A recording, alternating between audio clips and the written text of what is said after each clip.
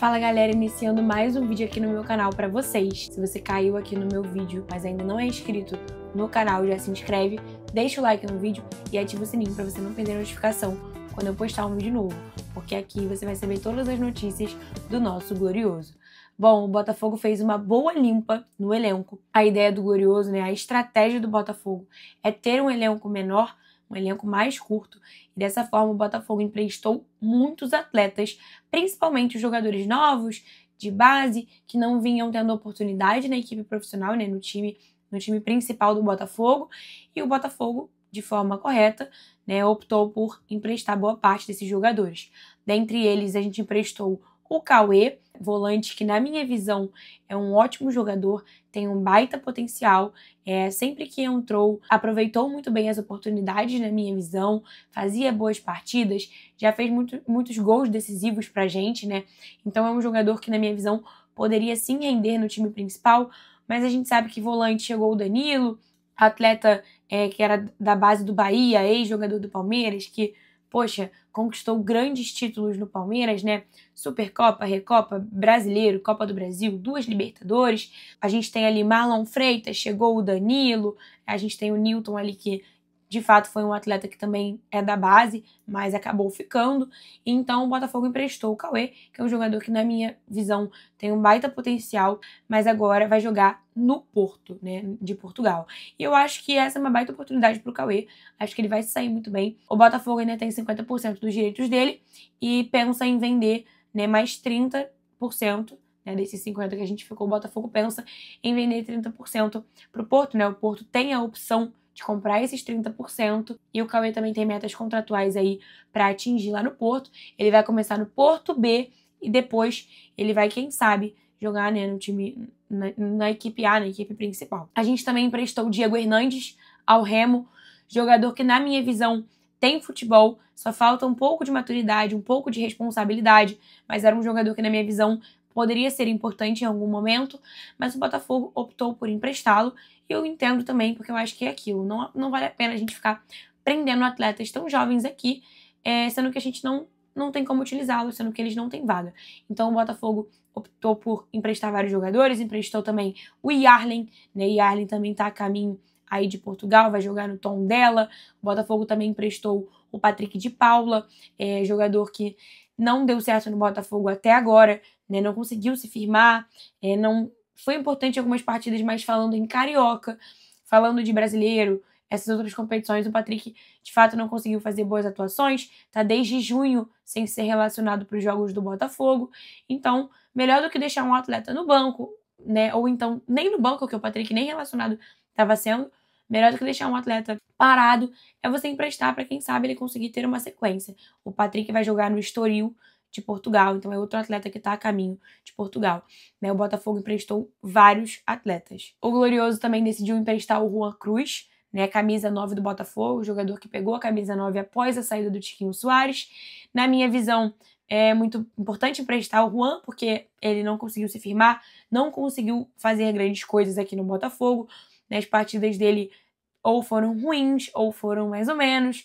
A gente não está muito satisfeito com ele no banco, porque é um cara que acaba entrando, e ele não consegue resultado, não consegue fazer gols, um centroavante que não consegue marcar.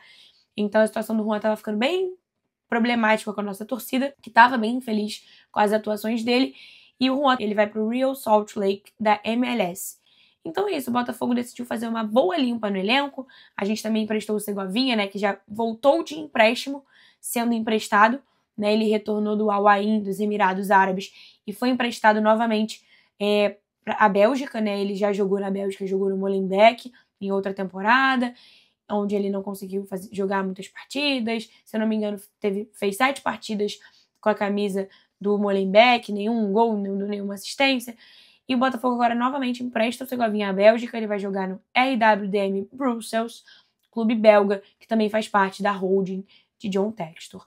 Então eu acho importante, se a gente tem meninos jovens, se a gente tem atletas jovens aqui no Botafogo que tem algum potencial, de certa forma, e a gente não vai utilizá-los porque não tem vaga, ou não conseguiram se firmar aqui, ou não tem boa sequência, não fizeram boa sequência aqui no Botafogo, eu acho que o ideal é esse, emprestar os jogadores para que eles continuem, para que não percam ritmo, né, para que eles continuem tendo uma certa sequência, ritmo de jogo, para adquirir maturidade, adquirir físico. A gente sabe que tem muitos jogadores que precisam ainda adquirir físico, corpo, e esse empréstimo é muito bom para o jogador adquirir experiência, maturidade, responsabilidade, físico. Então, melhor do que a gente deixar no banco ou deixar sem fazer nada, né, tipo, parado, é emprestar. Então, o Botafogo fez uma baita limpa e isso foi uma estratégia para poder deixar o elenco mais curto, e eu acho isso bem importante. E aí, falando agora dos reforços, o Botafogo já contratou 7 reforços nessa janela do meio do ano.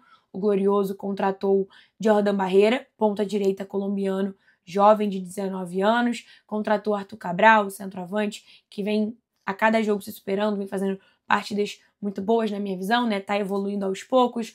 A gente também contratou Álvaro Montoro, meio atacante que de fato já pegou a titularidade, mesmo com 18 anos, mesmo sendo novo.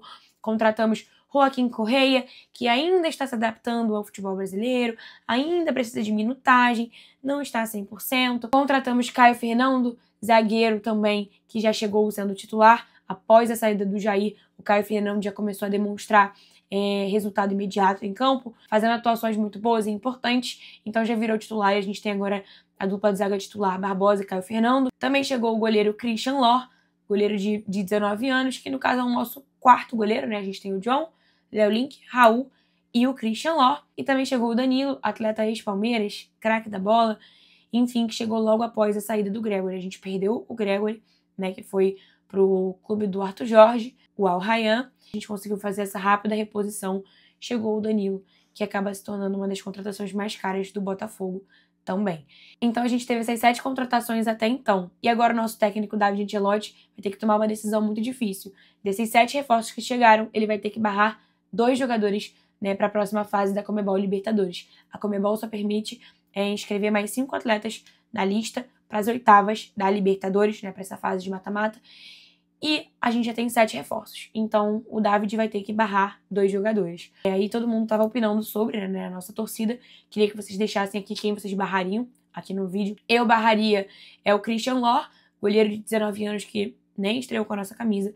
E, infelizmente, provavelmente vai demorar muito para estrear, porque é o nosso quarto goleiro, né? E também é muito jovem ainda, nem jogou ainda. E barraria, porque a gente ainda tem 3 goleiros, né, antes do Christian.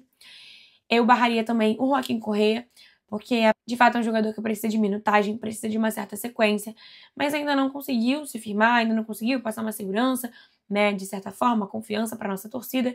E também a gente tem ali o Jordan Barreira, ponta direita, que chegou agora, que eu vi muitos torcedores falando que barrariam, né, o Jordan Barreira e o Christian Lor, e eu não barraria o Jordan porque, no caso, ele é o reserva que a gente tem pro Arthur, né, o nosso reserva ali na ponta direita. Então, infelizmente, eu barraria o Joaquim Correia com muita dor no coração, porque eu acho que ele precisa, sim, de minutagem, mas ele pode ter essa minutagem, né, e essa sequência em outras competições, tá? Então, o David Ancelotti vai ter que tomar essa decisão e barrar 2 atletas dos 7 reforços novos que chegaram no Botafogo para nossa próxima partida, né, para nossa próxima fase na Conmebol Libertadores. Apesar dos 7 reforços do Botafogo, né, das 7 novas contratações que o Glorioso fez nessa janela do meio do ano, o Botafogo pretende contratar algumas peças a mais também.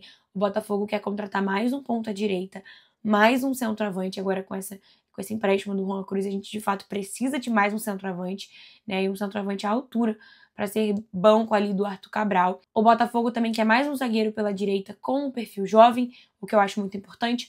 Na zaga de titulares a gente tem Caio Fernando e Barbosa. De reservas a gente tem o David Ricardo, reserva do Barbosa. A gente tem o Bastos ali, que no caso agora tá como reserva do Caio Fernando, né? O Bastos ainda tá se recuperando, operou o joelho também. Ainda vai precisar de um certo tempo para se recuperar dos problemas que ele teve, né? Das lesões, do pós-operatório. E também, quando ele voltar, ele ainda vai estar precisando ter um ritmo, ter uma sequência. Então, possivelmente, a gente tem Caio Fernando e Barbosa como titulares por um bom tempo. Por fim, o Glorioso também quer mais um volante. Acho que o Botafogo citou muito bem as posições que a gente precisa contratar. Eu acho que a gente também deveria contratar mais um lateral direito, porque a gente vive com essa questão entre Vitinho e Matheus Ponte. O Vitinho é um jogador de muita qualidade, lateral muito bom defensivamente.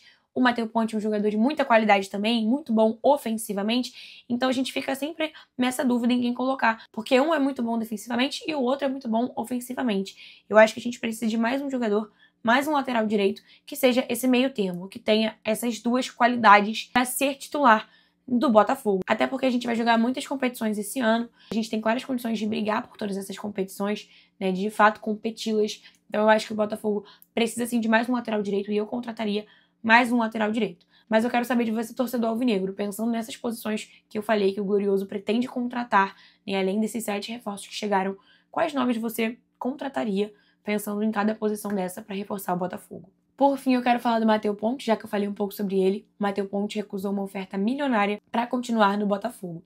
O Al Jazeera, dos Emirados Árabes, teve interesse no jogador, ofereceu, fez uma proposta com uma remuneração de 4 milhões de dólares, o que daria mais ou menos 22,3 milhões de reais. Isso daria mais ou menos um salário mensal para o Matheus Ponte de 465 mil reais, mensais. E o Matheus Ponte recusou, porque ele quer continuar brigando pela titularidade no Botafogo. Ele acredita no projeto do Botafogo, no atual campeão da Liberta do Brasil, e quis continuar no Glorioso. Eu acho que a gente precisava de atletas assim. Fico muito feliz com essa decisão do Matheus, porque eu acho que ele é um jogador de muito potencial e que tem tudo para, de fato, brigar por essa titularidade aí com o Vitinho.